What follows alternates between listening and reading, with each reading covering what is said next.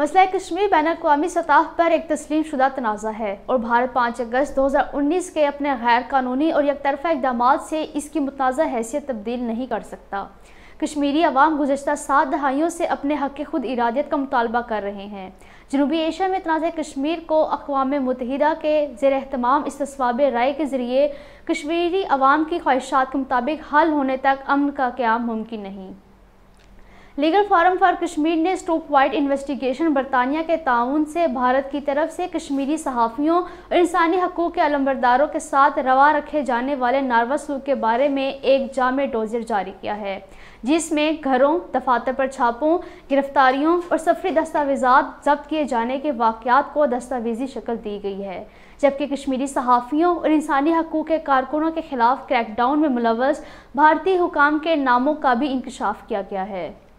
پاکستان کے خلاف ٹویٹر مہم کے تانے بانے بھارت سے ملنے لگے ہیں۔ ٹویٹر کے سابق سیکیورٹی چیف نے امریکی سیکیورٹی اور ایکسچینج کمیشن کے سامنے انکشاف کیا ہے کہ بھارتی حکومت نے ٹویٹر میں اپنے سرکاری ایجنٹوں کو تنخواہ پر بھرتی کرنے پر مجبور کیا۔ پاکستان نے 5 ماہ قبل بھارت کی طرف سے میزائل فائر کرنے کے واقعے کی تحقیقات بند کرنے کا بھارتی فیصلہ مسترد کرتے ہوئے کہا ہے کہ بھارت میزائل کمانڈ، سیفٹی اور سیکیورٹی پروٹوکول کا جواب دینے میں ناکام رہا ہے اور میزائل فائر کرنے کے غیر ذمہ دارانہ اقدام پر افسران کو سزائیں غیر تسلی بخش اور ناکافی ہیں۔